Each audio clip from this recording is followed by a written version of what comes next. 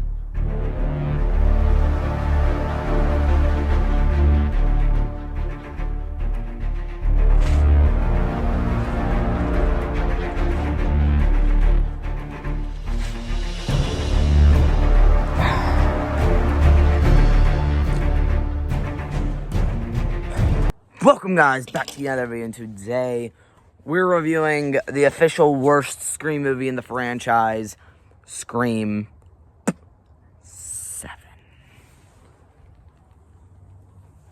Alright, yes, this will be a roast rant. I will get some positive out of the way, but yeah, this is my least favorite in the franchise, and it makes me sad, because I was really excited for this one. But yeah, let's just see how this goes, alright? Starting off with the positives, we'll just get these things out of the way. The positives, the kills were pretty solid. I mean, I went into it thinking they were going to be better because that's what I've been hearing people say is the best out of the movie. I watched it on Saturday, and I liked the kills. I wasn't blown away from, like, how people were sounding like they were. And a lot of them looked really, really fake. But the dynamic between Sydney and her daughter is really good. It's kind of like what I wanted out of this movie. For the scenes that you get Gail, she's good, which is rarely any, which we'll get into that in the roast rant. Again, Neve Campbell does a phenomenal job. Ghostface is creepy in this movie. The scenes with Stu are pretty good.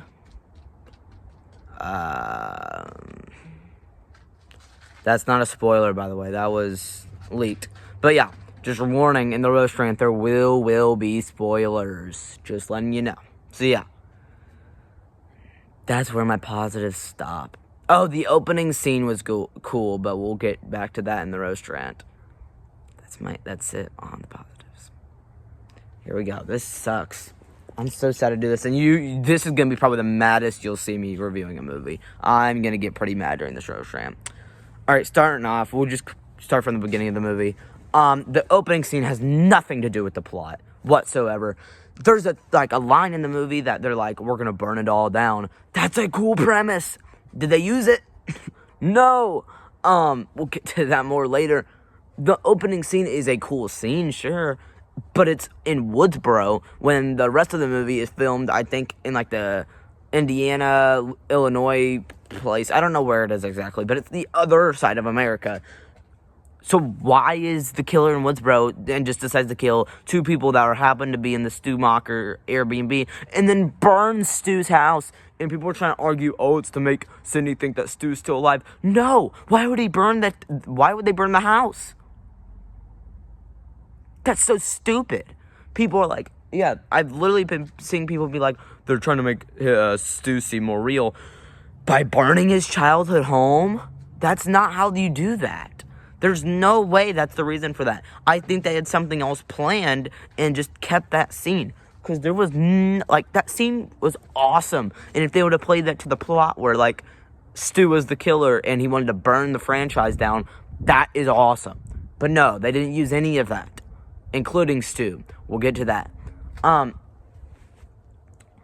Man, the dad in here is pretty good, but there's a moment in this movie where he gets stabbed an outrageous amount of times and survives.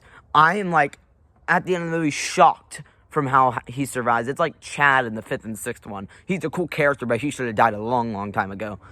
Speaking of Chad and Mindy are wasted and wasted and wasted in this movie. Same with Gail. Gail is good for the 2 seasons she's in. That's about it, because she's wasted through this whole movie. She's not in most of it. I mean, speaking of characters, they don't let you, like, speculate on who the killer is, because they kill all the characters straight away. Like, straight away. McKenna Grace is dead. Like, literally in the first few scenes, she's dead. They don't get any character development, and the ones that do get character development aren't good characters, or they're the killers. That's not true, actually. The killers don't even get character development. Every character in this movie dies except the dad, Sydney, her daughter, Gail, Chad, and Mindy. That's it. That's it. Everyone else is dead. And I'm just sitting there, like, with my mouth open, just being like, how did you kill all these good characters? Like, not all of them were good, but they could have survived. Like, or at least give them something to make me think they were the killer. And then when they did, there was, like, a few scenes where you're like, oh, that could be the killer. They kill him. Like, in that same scene, oh my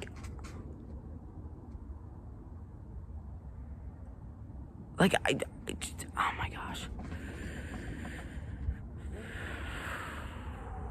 Chill. No, I'm not, actually. They don't do anything with the characters. And sure, the kills are good, but the kills are also outrageous. They don't look real. It is a negative. Even though I like the kills in this movie, that heavily carries the movie. But, Jiminy Christmas. And the worst part of this movie is the way they use Stu, the way they use Roman Bridger, the way they use Mrs. Loomis, the way they use Dewey.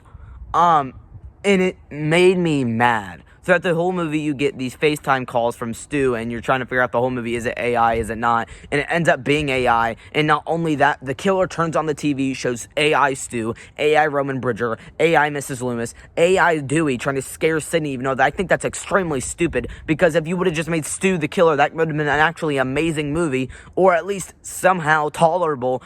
Unlike what they have now, which I'll get to the killer reveal in a minute, the AI part of this ruins the movie. Like, the rest of the movie's okay, but the ending, like, goes back, like, the ending looks at the rest of the movie, looks at what people liked, and is like, nah, let's get rid of that. The AI stuff ruins so much a part of that movie. The part that was scary, like, where Stu had a fake name, that was completely fake the whole time, because that dude ended up being the killer, not Stu, the dude that said that, who was in one scene.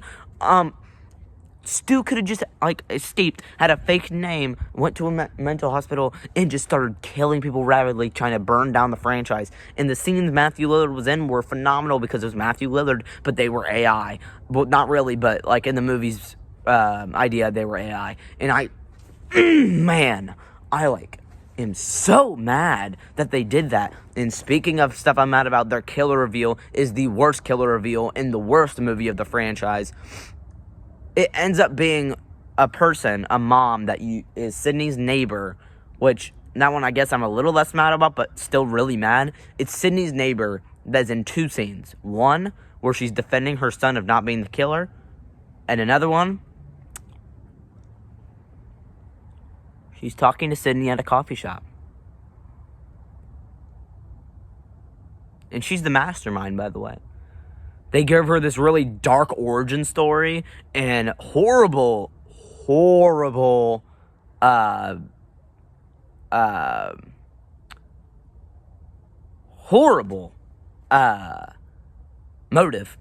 Her motive is because she read Sydney's book and thought that some lines felt like they were really cool, and she wanted Sydney to die in front of her daughter, so her daughter becomes the new Sydney Prescott, basically killing herself, which is what most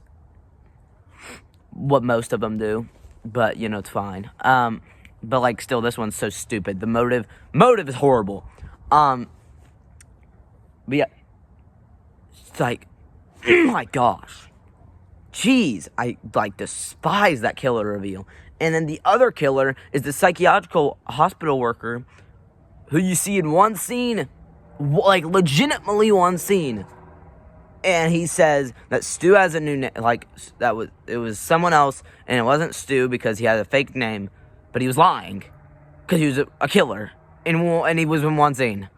This is like a Michael Afton situation where he's like, I'm Michael Afton. FNAF 2 is still worse than this movie, but like not by much. Scream 7 is garbage. And then there's a third killer that gets revealed earlier in the movie that this is the only scene you get with him, okay? Sydney's in the coffee shop. It's the same scene with the mastermind killer. She's in a coffee shop talking. She glances over at a creepy guy, and the creepy guy ends up being one of the killers. This is literally Michael Afton, but way worse. Like, my lord, dude. So yeah, everything that makes the Scream movies good, horrible. The meta aspect, like the comedy aspect, no comedy. The movie's not funny up until the end. And the only reason the end's funny is because it's horrible. Like,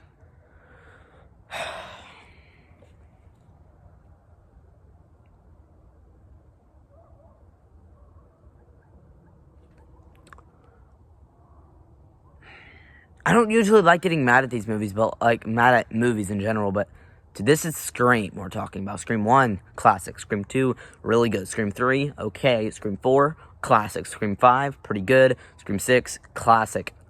Or pretty good. Of course, depends on how you take that. Scream 7, garbage. Like straight trash. Instead of making the franchise better, it makes it worse. They were always like, oh, this taken back to its roots. Reminds me of Scream 1. Oh, this is about to be a classic. One of the best Scream movies. No, it's the worst one. It's garbage straight out of my dumpster. And I don't even have a dumpster. But I think you know what I mean. Straight out of my dumpster. And I just, like, dude.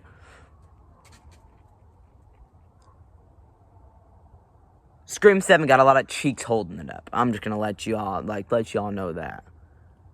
It's getting weighed down because of cheeks. And that's how we're going to end the video. Make sure you like and subscribe to the bell for notifications. Comment down below what you'll see in the next videos. I'll see you on the next vid. I might do a spoiler review, like another roast rant. Because there's more I didn't mention in this movie. There's so much in this movie that I did not mention. But I mentioned the big part, so. See you on the next vid. Upcoming reviews, I might review The Bride, Reminders of Him, Project Hail Mary, another upcoming video ranking March movies based on anticipation, Peaky Blinders review coming out soon, War Machine review coming out soon, Hoppers review coming out soon, so yeah, see y'all.